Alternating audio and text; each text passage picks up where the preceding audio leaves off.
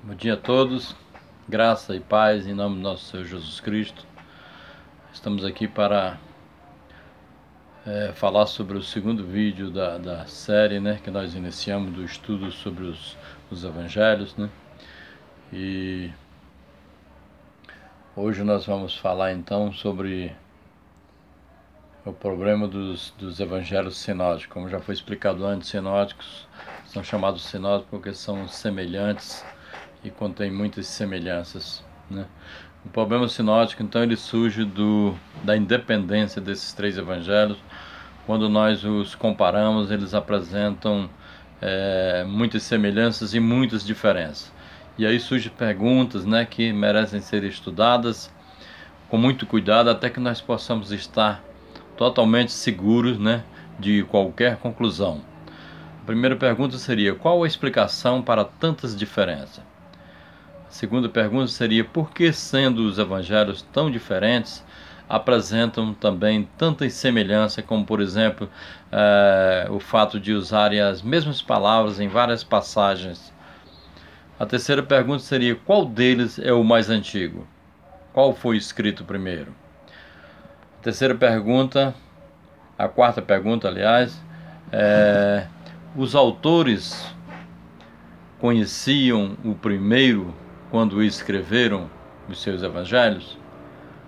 E a quinta pergunta seria: poderiam os autores dos evangelhos terem usado outros escritos além dos evangelhos que conhecemos, como por exemplo a fonte Q?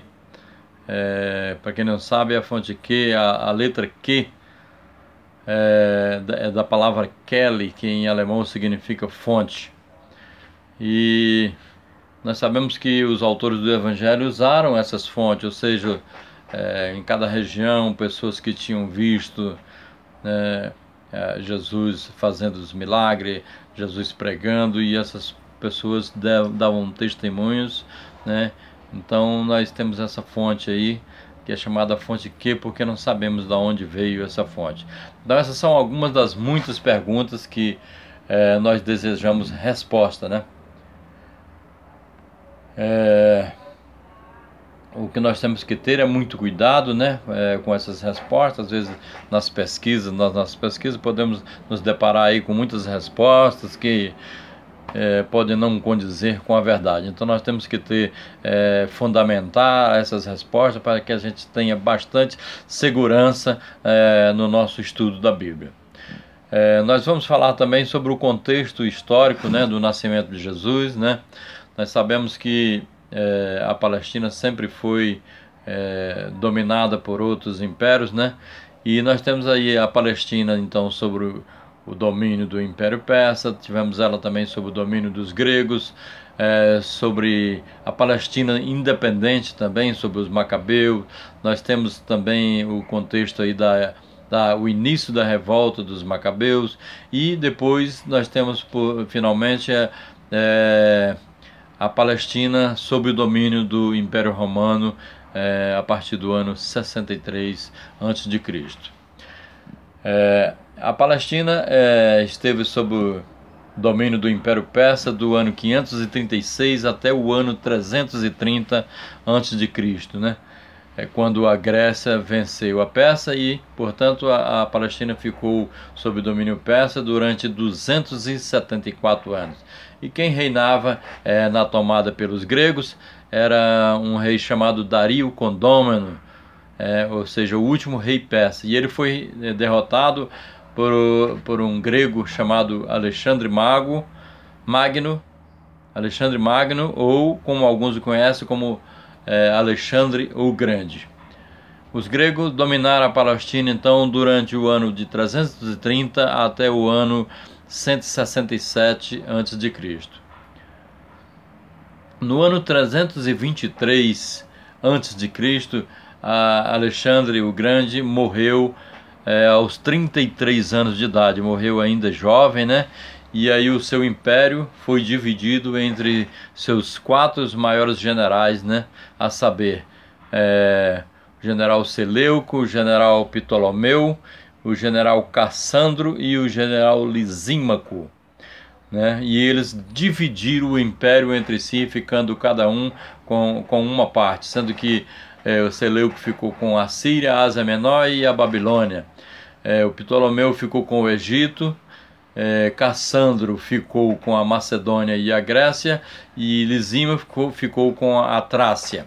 A Palestina, então, sob o domínio da Síria, no reinado de Seleuco, do ano 323 até o ano 330 a.C., né, e sob o domínio dos egípcios, do ano 301 até o ano 198, no reinado de Ptolomeu II e Filadelfo. Bom, sob o domínio da Síria, houve um rei que reinou do ano 175 até o ano 167 a.C., chamado Antíoco Epifânio. Ele era um verdadeiro monstro, uma pessoa muito má, né, que decidiu acabar com o povo judeu. E a sua religião era incomparável, ele era comparável a Herodes, comparado que nós podemos dizer, a Nero, a Hitler ou a outros da mesma espécie. Então, ele era dotado de uma grande maldade mesmo. E ele proibiu o culto a Deus e torturava os judeus para os forçarem a renunciar à sua crença em Deus. E isso gerou então a revolta dos irmãos, os irmãos Macabeus, né? Durante a época dos Ptolomeus e Seleucidas, a língua grega ela foi implantada na Palestina, e o poder civil e religioso passou a ser exercido então pelo sumo sacerdote. A divisão política da Palestina ela constava de províncias e distritos. Aí nós foram divididos então entre a Judéia, a Galiléia, a Samaria, Traconites e a Pérea. E nessa época é que surgiram as seguintes seitas.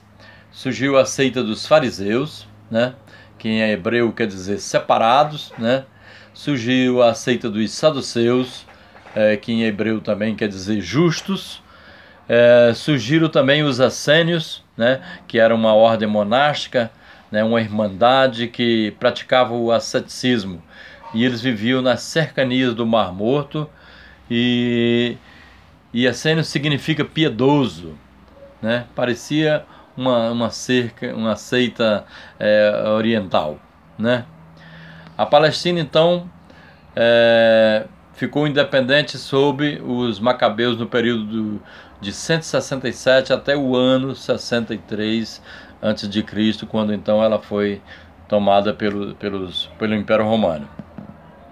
Bom, o nome Macabeu ele vem de Judas Macabeu, filho de Matatias,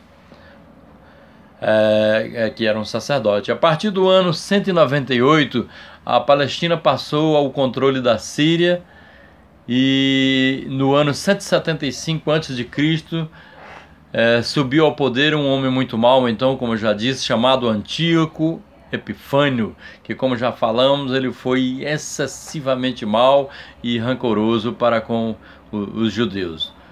No ano 168, então, ele acabou com Jerusalém, ele arrasou, profanou o templo, erigiu um altar ao deus Júpiter, imolou uma porca no altar dos holocaustos, decretou pena de morte, né, para quem praticasse a circuncisão, né, e adorasse a Deus.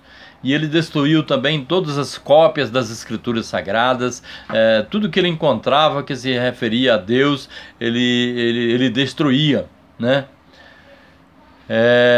E ele matou 80.000 pessoas entre jovens, velhos e crianças, e levou 40.000 pessoas cativas e vendeu outros tantos como escravo.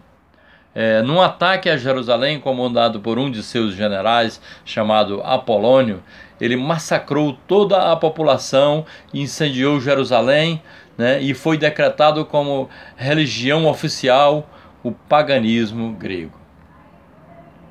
Com isso, então, no ano 167 a.C., nós tivemos então início a revolta dos Macabeus. Os judeus estavam revoltados com a perseguição religiosa, e o sentimento patriótico ele tomava conta do povo, né? Faltava apenas um líder, né, para que ele desse um grito de revolta. Havia um velho sacerdote então chamado Matatias, que vivia em um local chamado Modim, entre Jope e Jerusalém. E ele foi o herói que deu o brado de guerra. Tinha ele 5 filhos, né, chamados João, Simão, Judas, Eleazar e Jonatas, e eles eram fariseus verdadeiros. Matatias então dirigiu a luta, obtendo sempre vitórias, e morreu no mesmo ano da revolta, no ano 167. E os irmãos então continuaram a luta, tendo à frente Judas Macabeu, que assumiu o lugar do pai. Então a Palestina foi liberta do domínio sírio e ela ficou independente durante 100 anos. No ano 63 a.C., a Palestina então cedeu ao domínio do Império Romano, quando governava Aristóbulo II, descendente dos Macabeus. E no ano 47 a.C., César, o imperador romano, então nomeia um idumeu chamado Antípater como procurador-geral da Judéia, que morreu envenenado no ano 44 a.C. E César então nomeia Herodes, filho de Antípater, como governador da Galiléia, que opinava em toda a vida do país, arquitetando e urdindo intrigas e perfídias com a conivência do pai, que era procurador da Judéia. No ano 40, então, Herodes, também chamado de Herodes o Grande, foi nomeado por Roma como rei da Judéia. Herodes era idumeu por nascimento e praticou o paganismo grego. Então, uma vez ele no trono, procurou matar todos os partidários de Antígono e os membros do Sinédrio. Podemos então considerá-lo como um segundo Antíoco Epifânio. Mandou matar o sumo sacerdote Aristóbulo III, o irmão de Mariana, sua esposa, ou seja, o seu próprio cunhado. Matou também Hircano II, tio de Mariana, e depois ele mandou matar a própria esposa Mariana e muitos outros por motivos levianos, por motivos fúteis. Ele era também um grande construtor. Ele reconstruiu Jerusalém, os seus muros e edifícios, palácios, inclusive o Forte Antônia, que ficava ao lado do templo. O ódio dos judeus então aumentava contra Herodes, para evitar que os judeus apelassem a César,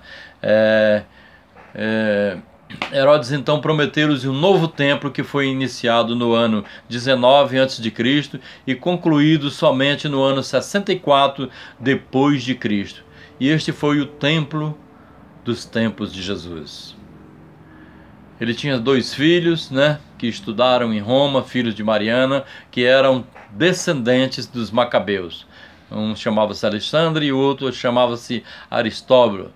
E ele, temendo a conspiração desses 2 filhos, mandou matar os 2 filhos, morrendo assim os últimos descendentes dos Macabeus. E no ano 5 a.C., Herodes já estava muito velho e chega a Jerusalém então uns magos vindos do Oriente, perguntando: onde está aquele que é nascido rei dos judeus? Nós podemos ver isso em Mateus capítulo 2, versículo 1 e 12. Então Herodes, atormentado pelo fantasma da conspiração, ele sofre grande perturbação e fingidamente desejou adorar o recém-nascido, que era o Messias prometido nas profecias do Antigo Testamento. Mas os magos, alertados por Deus, então regressaram por outro caminho, ocasionando então a fúria de Herodes, que manda matar todos os recém-nascidos homens em Belém. Toda criança, homem, nascido em Belém, então foram mortos a mando de Herodes. Então Deus orienta José e Maria a levarem o menino para o Egito, cumprindo sim a profecia de Oséias, no seu capítulo 11, versículo 1, quando Israel era menino, eu o amei, e do Egito chamei o meu filho. No ano seguinte, no ano 4 a.C., então morre Herodes de terrível enfermidade. Foi acometido de uma terrível enfermidade e morreu em Jericó, tendo o reino então sido dividido entre seus 3 filhos, chamados Arquelau, Antipas e Filipes. Então o imperador Augusto ratificou essas doações. A língua na época de Jesus, a língua falada na metrópole e das metrópoles romanas, né, era o latim. O latim era falado, e também o grego nos meios culturais. E o aramaico era a língua materna da liturgia. Quando Jesus nasceu, reinava então grande paz em todo o mundo, e era chegada a plenitude dos tempos, conforme nos diz Paulo em Gálatas capítulo 4, versículo 4. O período que vai de Malaquias a Mateus é de aproximadamente 400 anos, chamado de período interbíblico, e é nessas condições que tudo é preparado por Deus, em que tudo foi preparado por Deus, é que nasce o Messias prometido, Jesus, a saber, Jesus Cristo. Estamos então encerrando hoje o segundo vídeo da nossa série de vídeos sobre o estudo dos Evangelhos. No próximo vídeo nós falaremos então sobre os autores dos Evangelhos, Marcos, Mateus e Lucas. Que Deus tenha misericórdia de nós e nos abençoe, em nome de Jesus, e até a próxima semana.